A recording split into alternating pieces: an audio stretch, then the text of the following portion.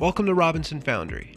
In a previous video, I showed you how I made this awesome aluminum and bronze dual-threaded bolt by turning a 3D print into metal. This thing turned out really cool, and I play with it all the time, and because it's super loud and annoying, it drives my wife nuts. So inspired by how fun this thing is, I decided to try and design something equally as unique and annoying to play with.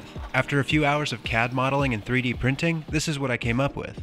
In order for nuts to work on these crazy bidirectional threads, I had to design them with a single row of threads like this. After testing the 3D printed version to make sure it worked properly, I printed all the parts that were needed to turn this bolt into metal. To make this bolt, I used a process called lost PLA. In this process, plastic 3D printed models are used as positives to create ceramic molds, and then they're melted away in a kiln and replaced with metal. This big funnel-shaped thing is a sprue feeder combination. It'll act as a funnel, helping me to pour in the metal, and it will also feed the casting with molten metal as it solidifies and shrinks. The nuts will be cast from the bottom to the top. Metal will flow down through the center sprue and rise up through each nut and out the vents. This stuff is called Suspendaslurry. It's a liquid ceramic that's used to create ceramic shell molds for metal casting. I dipped the models into the slurry, making sure to avoid trapping air bubbles on the surface of the models. My goal was to slowly build up a thick shell by coating the models with slurry about 10 times. The first few coats are the most important, as this is where the fine detail is captured. After letting the first 2 coats dry, I sprinkled each subsequent coat with silica sand and allowed it to dry before adding another.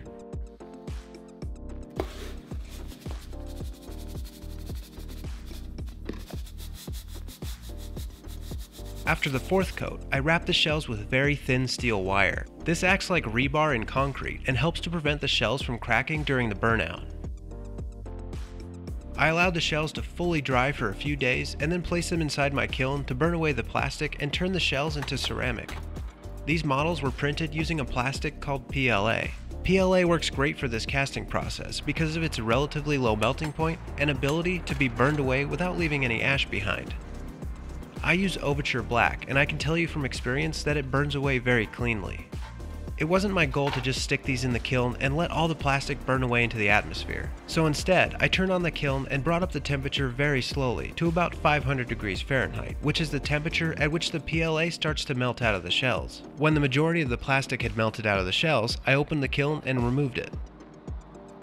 Then I cranked up the temperature to around 1500 degrees Fahrenheit. This vitrified the shells, turning them into ceramic that can withstand the temperature of molten metal. If you enjoy watching these videos and want to help me continue to make them, you can do so by taking a look at some of the affiliate links in the description. I'll list items that I've used in this video, as well as products that I would recommend.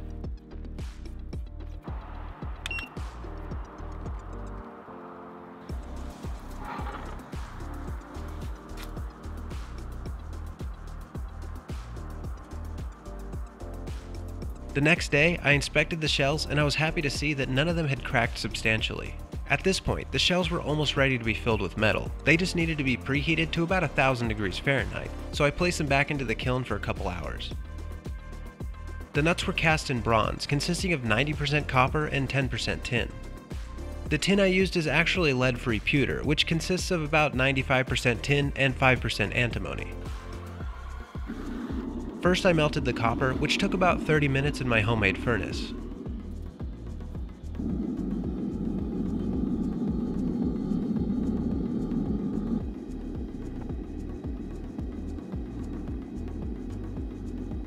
Once the copper was completely melted, I added in the tin to create bronze.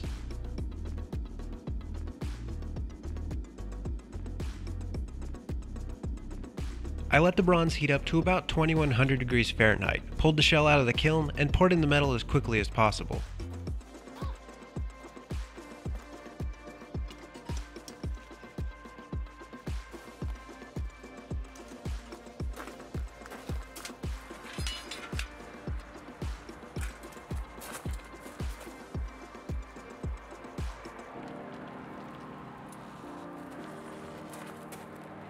I cast the bolt next, but this time I used aluminum, which has a much lower melting point and only took a few minutes to melt.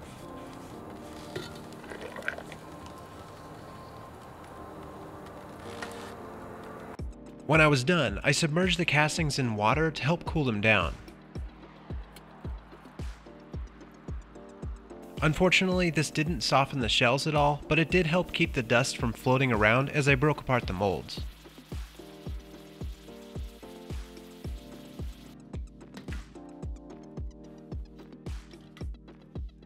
Breaking open these ceramic shell molds and getting to see what the castings look like for the first time is one of the most rewarding parts of this process. But sometimes removing these shells feels like a whole project in and of itself. It tends to stick inside every crack and crevice, and removing it is easier said than done.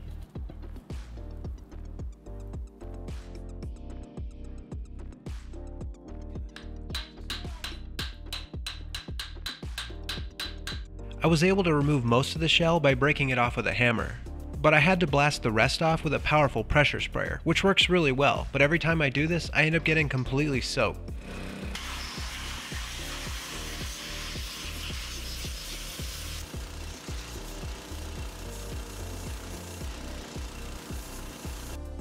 At this point, I was able to see that the castings turned out really nice looking, and I couldn't wait to start cleaning them up.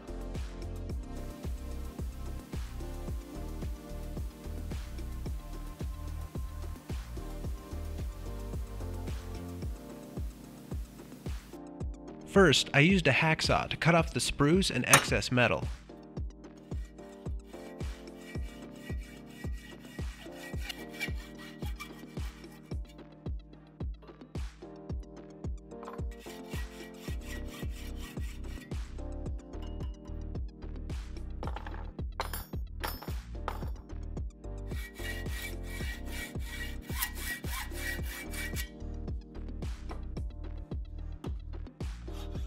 Next, I used some hand files on the outside of the nuts and bolt head to get rid of the visible layer lines from the 3D printing process.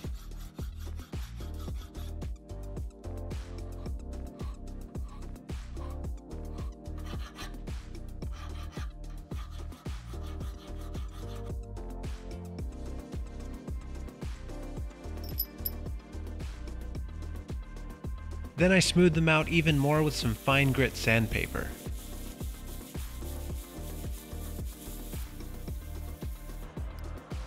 At this point, the outside of the nuts looked great, but the insides were still unfinished, so I used a sandblaster to clean up all those hard to reach areas.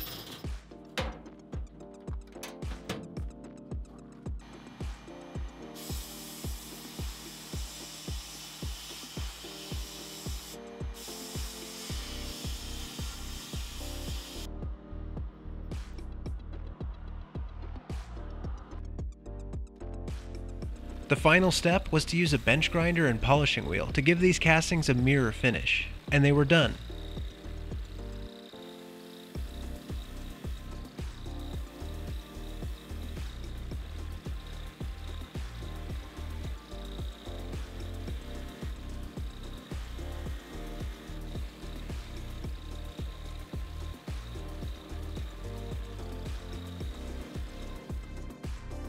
I'm extremely happy with how this thing turned out. I was really hoping that the threads on the bolt itself would be nice and crisp, and they are. It almost looks like this was machined or 3D printed in metal. Isn't it cool how you can see all the 3D printed layer lines?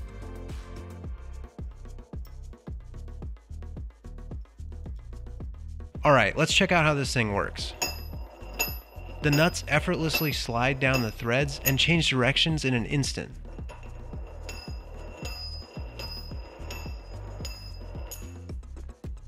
I'm amazed at how well these things work. It actually ended up being a great demonstration of inertia and momentum. I can play around with this thing for hours, which makes it a great desk toy and an absolutely annoying one to listen to. It should make my wife really happy. I'm considering selling 3D printed versions of these bolts, so if you're interested, take a look at the description for more information. If you have any suggestions for things that I could make, please let me know. I'm always interested in new ideas. I hope you enjoyed watching this video, and if you did, please give it a thumbs up. Let me know what you think in the comments, and subscribe for future projects. Thanks for watching.